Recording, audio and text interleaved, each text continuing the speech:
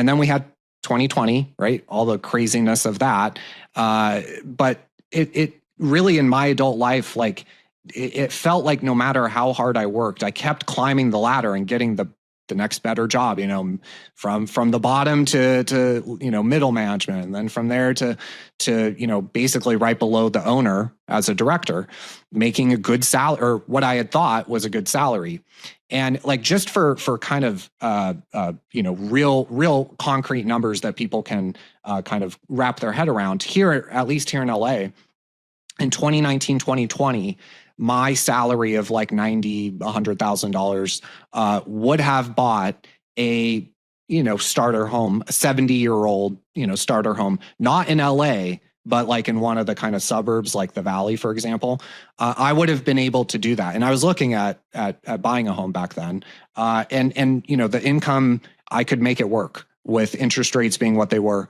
Well, today, that same house in that same neighborhood, not great neighborhood, not great schools, pretty high crime rate, 70, 80 years old, right? Probably needs some work. That same, I would need to triple my income to qualify for a mortgage on that same house.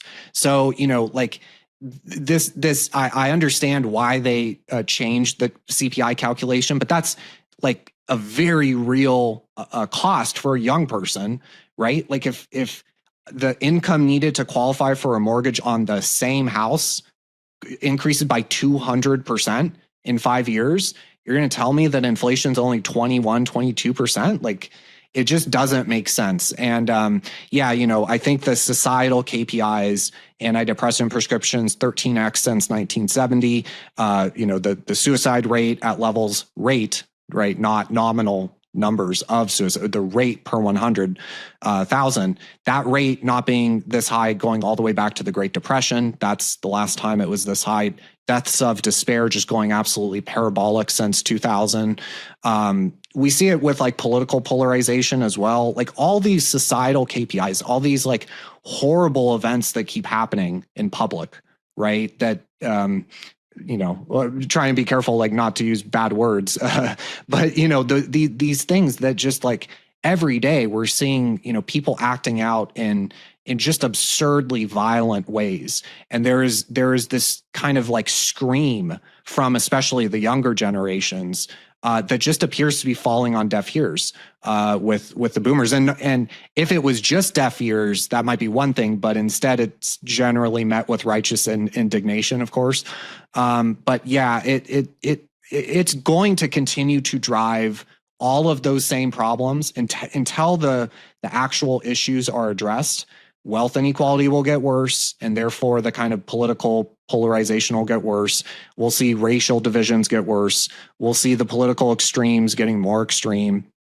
I mean, if, I've talked to a number of like, kind of average Zoomer men, and these guys are going to make Stephen Miller look like a moderate, right? Like this is just a natural consequence of what happens when you default on the social contract. And I think that, until we really address the underlying issues that are driving these problems, all of the things that are bothering the average American person are going to just get worse and worse and worse. And I don't want that. Like, I want a safe, prosperous country. I want, my people to succeed and do well. I want a land of opportunity again. And look, to your point about technology, like there are certainly certain advantages, I guess you could say, over the past couple of years, as I've kind of started doing all this, markets and economics and YouTube and all this various stuff. Like, it's a crash course for me in this whole new world that I didn't really know anything about. And look, like I'll be the first one to say that it's great. I can spend an hour or two, putting together a video, hopefully educate people, put that up on this website that people have on their phone, right?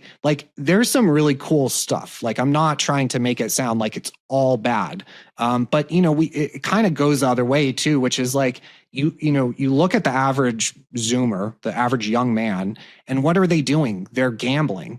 whether it's meme coins or sports betting. We've seen a dramatic increase in that. Like the financial nihilism, I would say, offsets the benefits from, like, look, the internet's great, the kind of everything being connected, the world being connected, it's great, but like it also enables these very negative and destructive expressions of, within technology, whether that's, the meme coin casinos and kind of all that craziness.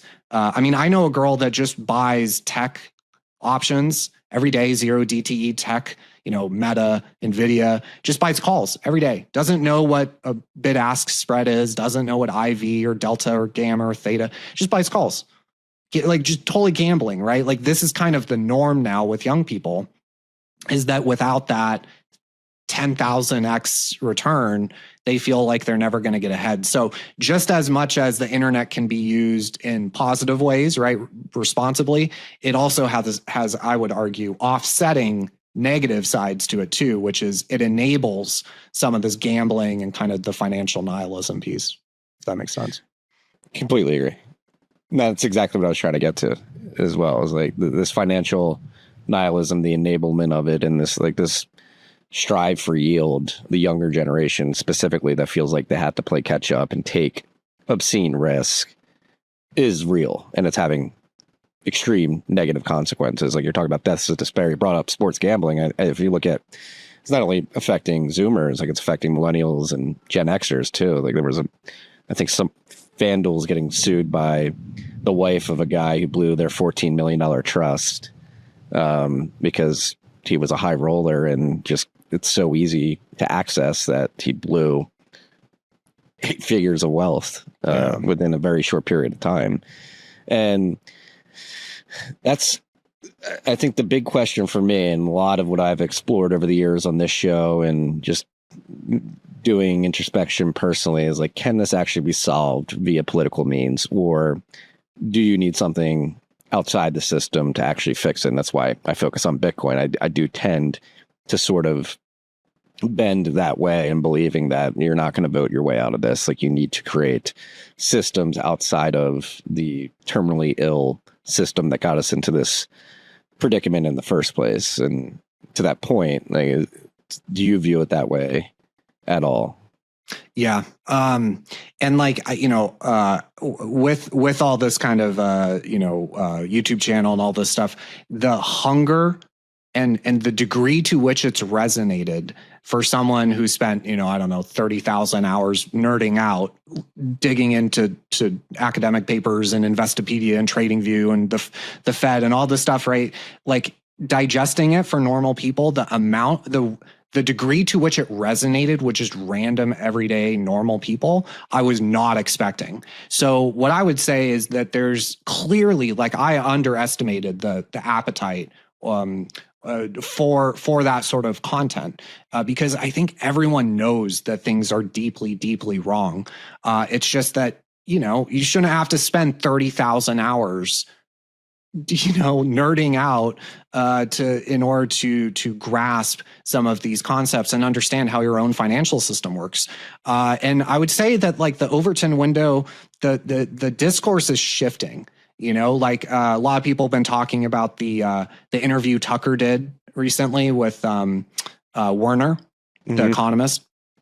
And that was actually one of the first things that kind of I did like a Twitter post or article on was I had listened to one of his speeches at some university about Japan and the fact that, like, that sort of discussion is happening on such a large platform, and I've had invites recently for kind of not Bitcoin channels, right? Not, economics or macro markets sort of channels, but like much more kind of political sort of channels. And like, there's clearly an appetite for discussion about economics and what's really going on, because part of the problem and what I always try to do is, if you just look at the average hourly wage, which is what you hear reported on the nightly news, the line it looks great. It's up and to the right. It's kind of even parabolic. You would think everything's great. Well, you got to go a couple layers deeper,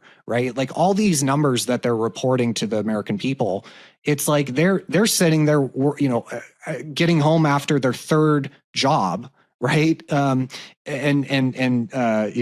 a firm to pay for groceries, hearing the nightly news talk about, oh, unemployment's only 4.1 and GDP grew at 3%.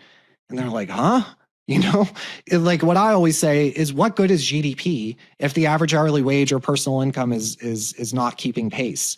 So yeah, like, certain things have outperformed, of course. Government debt has outperformed GDP. That's why government debt to GDP has doubled, right, in the past like 40 years. The net worth of the top 1% has also doubled as a share of GDP over the past 20, 30 years. And then you look at like financial assets, the S&P 500 just radically outperformed GDP. A stat that I think is really telling to the hyper-financialization and the K-shaped economy is if you take the S&P 500 divided by the average hourly wage, what you get is the number of hours needed of work at the average job to buy one share of the S&P 500. And it goes all the way back to the 60s. And the average when my parents were coming of age and working was like 15 to 20 hours of work at the average job to buy one share. Now that number is 200, right? So what that indicates is that the S&P 500 has increased 10 times faster than the average hourly wage, right? So those that hold financial assets, those bureaucrats that have benefited from a massive expansion in the size of the federal bureaucracy, the top 1%, right, that own all these assets, they are doing better and better and better. And people see that. Like they might not know the stats, right? They might not be able to kind of conceptualize it, but they feel it and they see it and they know it. And so I would say that like the benefit or the side of me that's optimistic is that there is such a growing kind of recognition and willingness to talk about it, even on the right wing, right? Which, I mean, both parties were equally responsible, in my opinion, for a lot of the globalization, a lot of the things we talked about.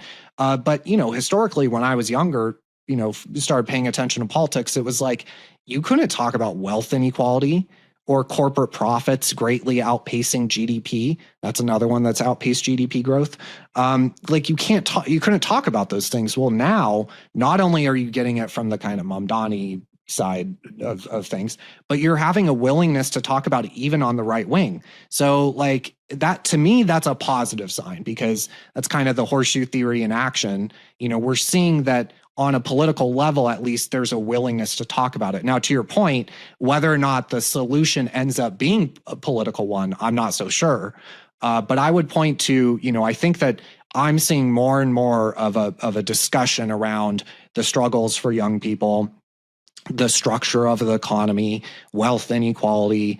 I'm seeing more and more discussion about it. Like just over the past couple of months, it seems like it's just absolutely gone exponential, which for, someone who was like the old man yelling at the cloud about it for 2 years, it's really like, it's good because I feel like, I didn't do that much, right, to actually hopefully, advance it. But it's like, it makes me feel a little bit more validated that like, okay, at least like everyone's kind of talking about this now because we're not going to be able to get to a solution unless everyone knows what the problem is.